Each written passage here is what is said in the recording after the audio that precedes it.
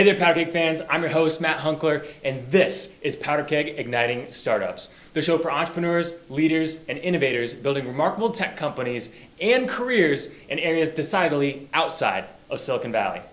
Today is going to be a little different. We're talking all about how to build a positive company culture. And we've asked people from around the community to get their perspective. We highlighted 10 leaders building company culture at innovative companies in the Midwest. Really excited to share with you.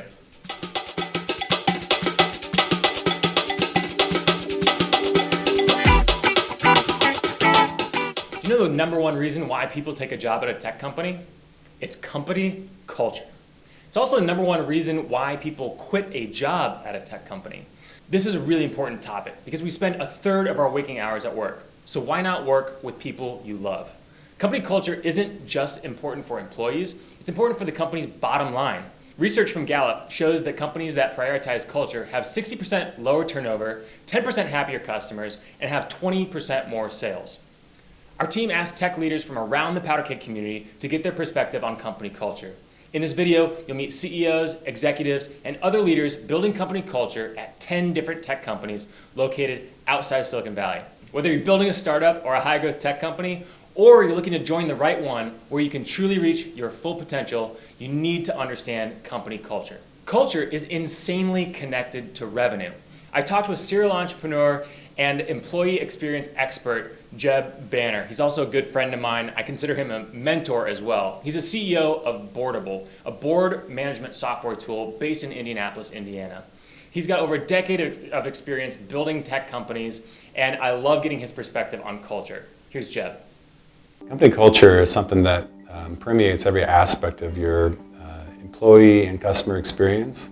So it's your brand, it's your office, it's your conversation, it's your values, the values you have as an organization. Defining those values and refining them over time and even updating them, I think is super important to keep a healthy culture.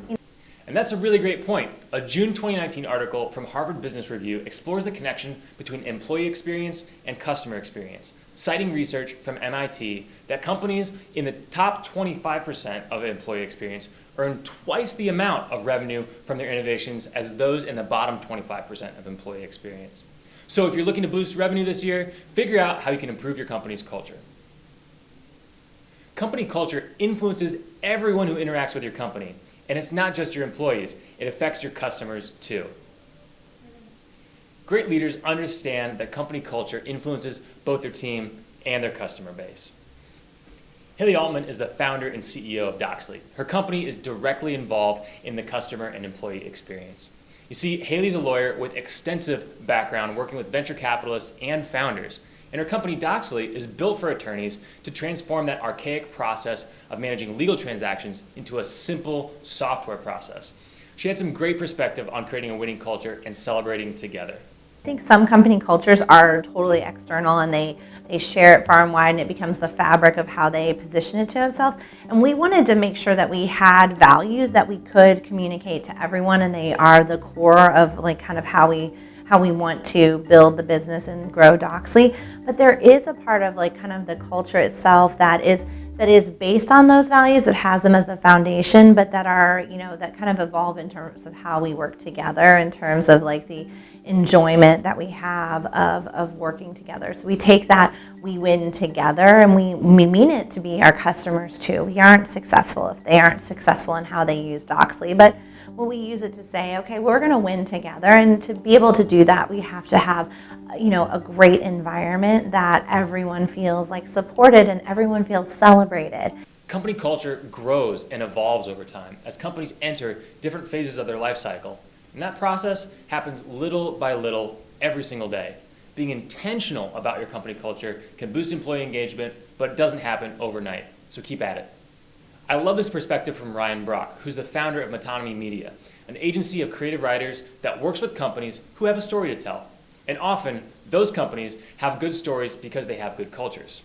I think a mission or a vision, or even a company's perspective on how they do their work and why that work matters, those are really nice, big things that people can sit down in a room and talk about for a little while and be like, yeah, those words sound great. Yeah, that idea is awesome. But culture, I think, is just a collection of every little moment, of these different people interacting with each other, trying to work together. I think culture is something that you can be intentional about, but also like it sort of passively creates itself. I love the idea that company culture is a collection of every little moment. Being intentional about those moments can bring huge dividends, like lower turnover, higher revenue, happier team. Pay attention to each moment as a culture add or detractor, and encourage your team during the moments that add value to your culture. Culture is the heartbeat of your company. It's what keeps people there, what fires them up each day. So how do you intentionally create and nurture it? Heather Haas is the CEO and founder of Advisa, a company that partners with organizations to improve job fit and company culture through leadership development. She's an expert in company culture and has worked with hundreds of founders through the years. She believes that everyone at a company can make an impact on culture. We would say that company culture is really the feel of working at a company. It's that feel is created by how people behave. It's created by what people value and the way that translates into the way decisions get made, the way that it translates into what kinds of behaviors get recognized and celebrated. So that's why when leaders start to get a sense of how powerful it is and start to think about the kind of culture that they need, the kinds of behaviors, the kinds of the feel and the vibe that they need, or the heartbeat of the company, if you will, when they get their heads around what kind of culture they need to be successful, then they can start being intentional about creating it. I love how Heather put that. Be intentional. As a company grows, the founders and leaders are really the guideposts of the culture. So if you're looking to join a team, watch how the leaders act and what kind of behaviors get recognized and celebrated. That'll give you a pretty good feel for what the company's culture is and whether or not you want to be a part of it. In a fast-growing startup, nobody has time to micromanage, but core values can be really powerful for keeping the team on track.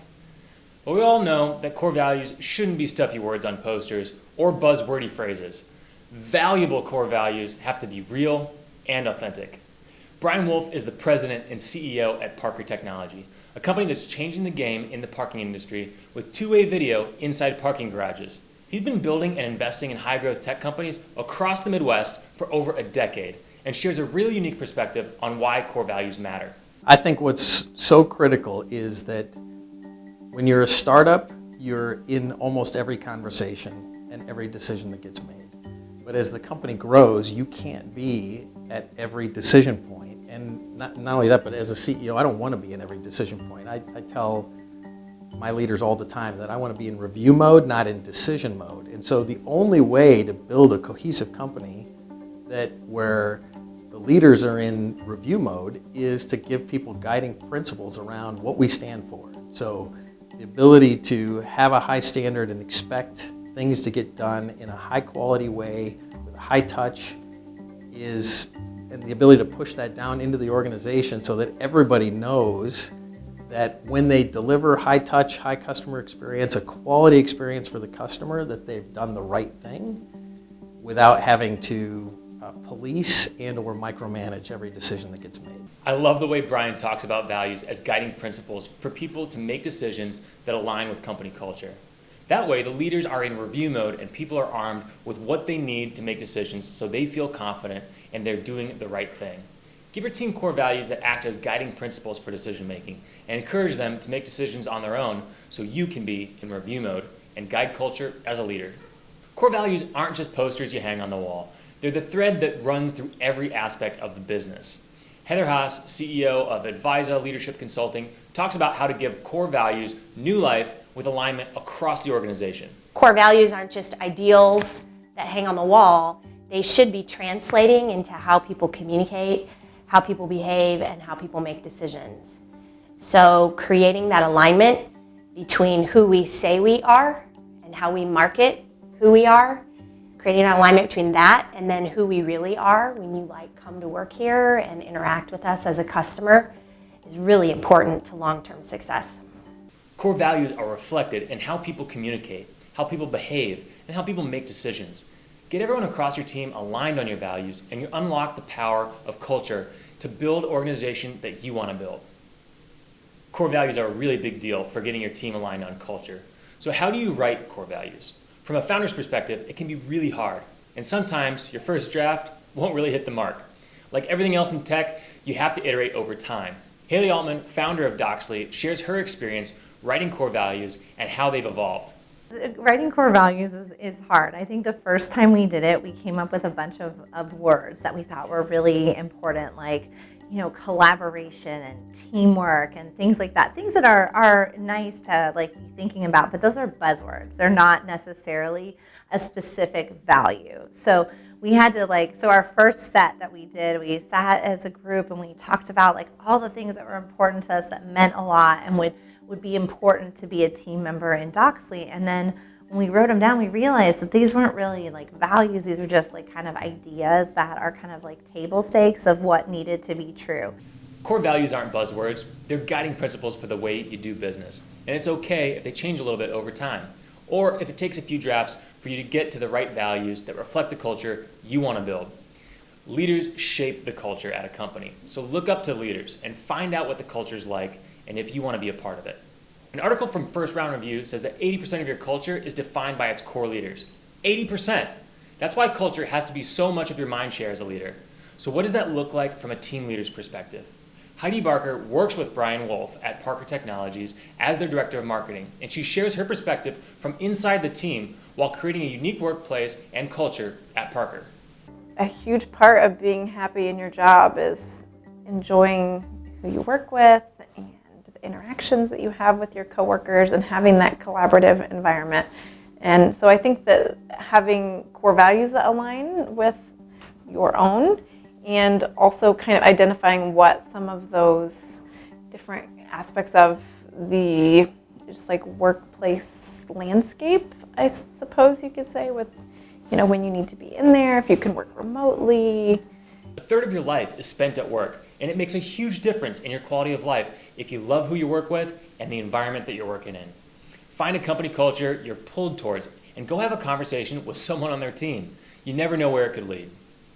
As a leader, everything you do influences company culture, but a big part of it is just setting the right expectations on the team for what behavior is encouraged and accepted. I learned this from Jeremy Reimer, CEO and founder of DriverReach, a recruiting software tool for hiring licensed commercial and truck drivers. Jeremy talks about how to get everyone on the team rowing in the same direction. Integrity more than anything is what when you really get down to it. There's accountability, there's expectations of honesty and doing the right thing, and then you have to hold people accountable, but you want to create an environment where people expect and want to be held accountable to whatever is their expectations are. And open communication and candor is super important. We should be able to be honest with each other, good or bad, whatever the case is. We're on the same team, we need to be rowing in the same direction. So I think those things are really important, and I think respect comes from that. Getting everyone rowing in the same direction is where you'll see some of the biggest benefits of having a good culture, like less turnover, better revenue. So hire people who are a good fit with your culture, and you'll see the return many times over. Hiring the right culture fit can be really tricky, especially when your team is growing really fast. And by fast, I mean tripling or quadrupling in size. But there are ways you can manage culture even through that extreme growth. Egan Montgomery is the director of marketing at DemandJump, a marketing SaaS company that's exploded in size over the last few years. As you grow, culture gets harder and harder to manage, but having those kind of three core pillars to fall back on and always guide us is I think really important. And tripling, quadrupling in size, you're bringing on people from all different backgrounds, you're expanding the roles within the company, and yet you still have to kind of stay true to your values and stay true to your core culture. Staying true to your values is something that's critically important to fast-growing companies. It's like cars on the highway. Add more cars going in the same direction, and you work together to get to the destination. But if one car is going the wrong way, it's a total disaster. Hire people who fit your values, and it will make your company culture feel like magic. Hiring managers are like the gatekeepers to a company's culture. It's a critical role, and you have to be really intentional about it because your decisions will impact the rest of the team. Anna Jula Rolf leads recruiting and talent sourcing at Blast Media, which is the PR agency dedicated to B2B SaaS in the United States. Their agency has won several Best Places to Work awards and accolades for their culture, so I was super interested to learn from Anna's growth and experience. I didn't necessarily think about how specifically does our company culture and our core values relate to what I'm doing. And it sounds silly, you know, they should go hand in hand and they should be important, but for us, a lot of that has been a little bit more organic, or at least from my standpoint, it's been a little more organic. I think because at first I didn't necessarily know what I was looking for in terms of how is this person a culture fit? You always hear this culture fit piece. And honestly, culture fit can pigeonhole you into picking certain people if the culture is too narrow. So I think for me, those 3 core values that we have of seeking growth, hustling hard, and enjoying life are a good kind of pillar for looking for the right people. That idea to keep things organic is really important. I've learned the hard way that you have to stay true to your core values, especially in recruiting. If you do that, people who fit your culture will just gravitate towards you. When you know someone's a good culture fit on your team, you pick it up right away. How do you know? You and your team are having fun. When a team is winning and having fun at the same time, you know you've got something really special. Jeremy Reimer, CEO and founder of Driver Reach, shares his experience building this kind of culture. These people are working together every day. You know, you spend a third of your day asleep, the other third you're working with these people, you should like them. So that's something when we talk about fit, it's important that you like the people that you're working with, and what is always fun to see is when they hang out with each other outside of work. That's, I think, when you know you've got good culture and you've got a good fit. If you're like me, you'll find that your quality of life will improve as you connect with and cultivate the right culture for you. Find or create a team you love and can win with, and you'll see improvements across all aspects of your life. Company culture isn't about beer 30, ping pong tables, or free lunch. So what makes an authentic company culture? Motivation. Daniel Fuller is a VP of Business Development at Full Stack, a PEO with a culture-focused approach to outsource HR for startups and small companies.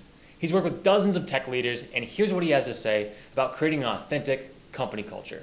Yeah, I would just say focus on those leadership behaviors for culture, because if you're just focused on superficial things, people will pick that up quickly and won't care if you have ping pong tables and free lunch. Are you authentic as a leader, and what's driving you, what's motivating you, and how are you going to interact with me? That's really the make it or break it for culture. Company culture is leadership behavior, it's values, and it's the overall experience. It's also your vibe. Company culture is the heartbeat of your company, and it's your competitive advantage for companies who want to work with you and employees who want to work alongside you. Build a great culture and hire the right people who will nurture it and help you grow. That's it for today's show. Thanks so much for listening and watching, and a big thank you to all of our guests today. For links to their social profiles, as well as to the companies and the resources mentioned in this episode, head on over to powderkeg.com and check out the show notes. So what did you think of today's episode? Leave me a comment or shoot me an email at matt@powderkeg.com. And if you're looking for a job in tech to ignite your career, go on over to powderkeg.com/jobs to get started. And to be among the first to hear the stories about entrepreneurs, investors, and other leaders outside of Silicon Valley, subscribe to us on iTunes at powderkeg.com/iTunes. Catch you next time on Powderkeg Igniting Startups.